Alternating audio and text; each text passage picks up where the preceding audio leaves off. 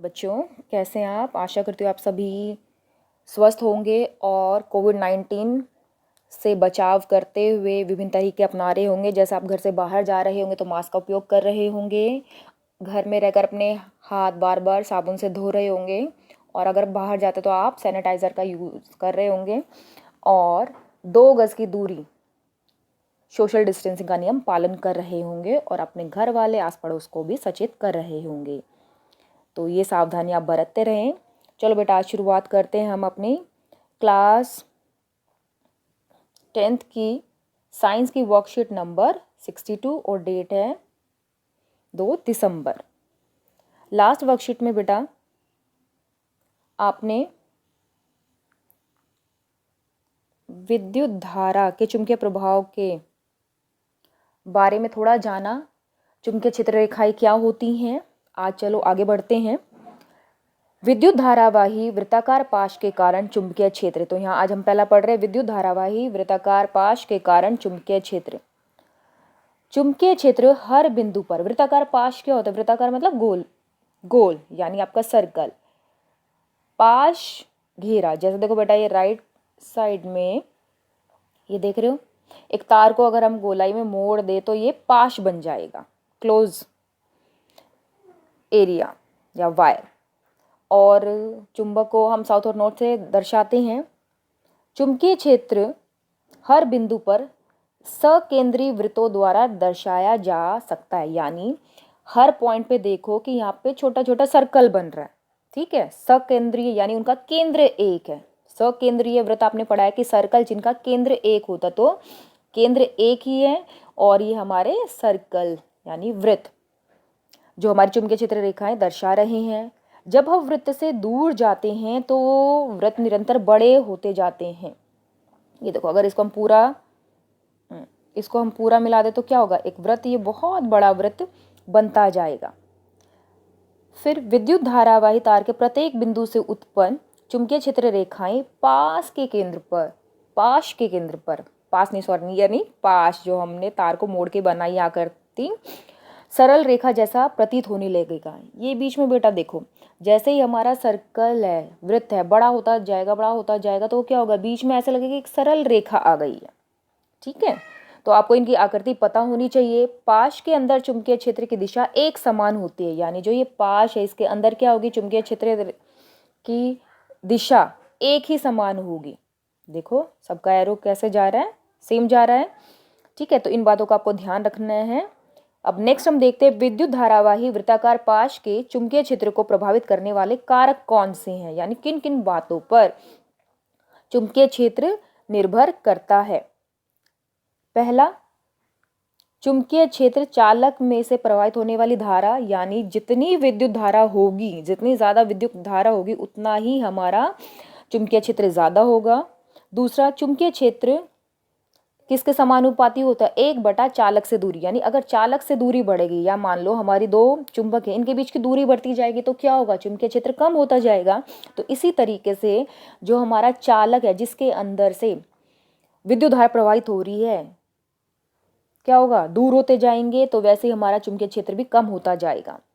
चुंबकीय क्षेत्र कुंडली के फेरों की संख्या, हम क्या करते हैं? तार लेते हैं तांबे की, और उसके ऊपर एक परत लगी होती है, इसलिए हम उसको कहते हैं विद्युत रोधी तांबे की तार। तो इस पे जितने फेरे होंगे तो उतना ही विद्युत धारा ज़्यादा होगी और उतना ही चुंबकीय क्षेत्र ज़्यादा होगा। तो कुंडली जितनी ज़्यादा होंगी, चुंबकीय क्षेत्र भी उतना ज़्यादा होगा। चुंबकीय क्षेत्र संयोजित है। प्रत्येक फेरे का चुंबकीय क्षेत्र दूसरे फेरे के चुंबकीय क्षेत्र से में संयोजित होता है, क्योंकि विद्युत धारा की दिशा हर वृत्ताकार फेरे में समान है। ये बात बेटा बहुत आपको ध्यान रखने लायक है। जैसे ऊपर पॉइंट में कहा कि जितनी कुंडलियां होंगी, तारे के लपेटे होंगे, उतनी ज़्यादा ही हमारी विद्युत धारा और उतना ही ज़्यादा चुंबकीय क्षेत्र। फिर कहा चुंबकीय संयोजित है, यानी जुड़ता है। एक फेरे के कारण चुंबकीय क्षेत्र होगा, फिर जो दूसरा फेरा उसके कारण चुंबकीय क्षेत्र होगा। क्योंकि, और ऐसा क्यों होगा? क्योंकि वहां विद्युत धारा की दिशा हर वृत्ताकार फेरे में समान है। दिशा अलग होगी तो दिक्कत हो सकती है, लेकिन यहाँ विद्युत धारा की दिशा समान होगी। आगे चलते हैं। परिनलिका। परिनलिका क्या है? पास पास लिपटे विद्युत धार विद्युत रोधी तांबे के तार की बेलन की आकृति की अनेक फेरों वाली कुंडली को परिनलिका कहते हैं। ये बहुत अच्छे से करना बेटा। यहाँ देखो डायग्राम, यहाँ हमारी जो बीच में आपको दिखाई दे रहा है तांबे की तार ली, उसकी फिर क्या किया, बहुत सारी कुंडली। कुंडली आपने देखा है, सुना है कि सांप कुंडली मार के बैठा होता है, घेरे। हमारा स्प्रिंग होता है, स्प्रिंग से याद करो बेटा, स्प्रिंग में क्या होता है, कुंडलियां बनी होती हैं, कॉइल्स कह लो। आपने हीटर में भी देखा होगा कॉइल्स बनी होती हैं। तो हम क्या कहते हैं, पास पास लिपटे विद्युत रोधी तांबे के तार की बेलन की आकृति, आकृति के बेलन की आकृति की अनेक फेरों वाली कुंडली को परिनलिका कहते हैं। ये इसका डायग्राम आएगा। परिनलिका का चुंबकीय क्षेत्र छड़ चुंबक के जैसा होता है। छड़ चुंबक याद है आपको, ये रही आपके सामने। तो छड़ चुंबक की तरह की एक इसका ध्रुव साउथ यानी दक्षिणी ध्रुव की तरह काम करेगा और दूसरा सिरा किसकी तरह करेगा, उत्तरी ध्रुव यानी नॉर्थ पोल की तरह काम करेगा। फिर इसके गुण क्या है, परिनलिका के अंदर चुंबकीय क्षेत्र एक समान है, वह समांतर रेखाओं के द्वारा दर्शाया जाता है। यहाँ देखिए रेखाएं बनी हुई है ना, अभी हमने ऊपर वृत्ताकार पाश के भी बारे में पढ़ा। तो यहाँ पे अंदर समान होगा चुंबकीय क्षेत्र और समांतर ही रेखाएं होंगी। अब चुंबकीय क्षेत्र की दिशा, ये क्वेश्चन आपका पूछा जाता है बेटा। सिंपल परिनलिका नहीं भी पूछा, उसमें पूछा जाता कि परिनलिका में चुंबकीय क्षेत्र की दिशा क्या होगी, परिनलिका के बाहर और अंदर। तो परिनलिका के बाहर उत्तर से दक्षिण, परिनलिका के बाहर उत्तर से दक्षिण। ये देखिए आप, यहाँ पे नॉर्थ पोल है, ये साउथ पोल है, तो कैसे जा रही है, नॉर्थ से साउथ की तरफ। बेटा एरो बहुत ध्यान से लगाना आपने। और परिनलिका के अंदर, और ये जब अंदर जाएगी तो कैसे हो जाएगा, देखो अंदर घुसी तो कहाँ है, साउथ से नॉर्थ की तरफ। कंफ्यूजन बिल्कुल नहीं, एक लाइन को फॉलो करना है आपको। परिनलिका के बाहर उत्तर से दक्षिण और परिनलिका के अंदर दक्षिण से उत्तर, जैसा आपने छड़ चुंबक में पढ़ा था, सेम वही चुंबकीय क्षेत्र रेखाओं के गुण आपके परिनलिका में हैं। अब इसका उपयोग कहाँ किया जाता है, ये आता है आपका, परिनलिका का उपयोग किसी चुंबकीय पदार्थ जैसे नर्म लोहे को चुंबक बनाने में किया जाता है। कैसे किया जाता है ये देख लेते हैं। ये देखिए जैसे यहाँ पे दे रखा है, हमने क्या, लोहे की नरम रॉड ली, उस पे क्या किया हमने, बहुत सारे लपेटे लगा लिए हैं विद्युत रोधी तार के, और जैसे जैसे इसके अंदर विद्युत धारा प्रवाहित होगी तो हमारी वो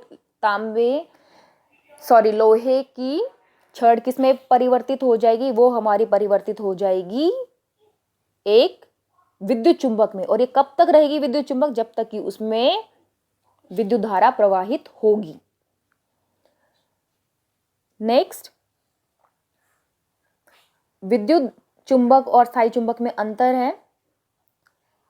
विद्युत चुंबक नाम, विद्युत जब तक विद्युत धारा प्रवाहित होगी तब तक वो विद्युत चुंबक की तरह काम करेगी, तो ये हमारी अस्थायी चुंबक होती है। स्थायी चुंबक इसका चुंबक, तो यानी इसके आकर्षण की शक्ति को समाप्त नहीं किया जा सकता, आसानी से किया जाता लेकिन आसानी से नहीं किया जा सकता। अगर चुंबक गिर गई तो उससे उसके चुंबकीय प्रभाव पर या बल पर फर्क पड़ता है। इसकी शक्ति बदली जा सकती है विद्युत चुंबक की, उसमें लपेटे बढ़ा दो, विद्युत धारा की मात्रा बढ़ा दो तो उससे विद्युत शक्ति है बदली जा सकती है। लेकिन स्थायी चुंबक में ऐसा नहीं होता, वो निश्चित होती है।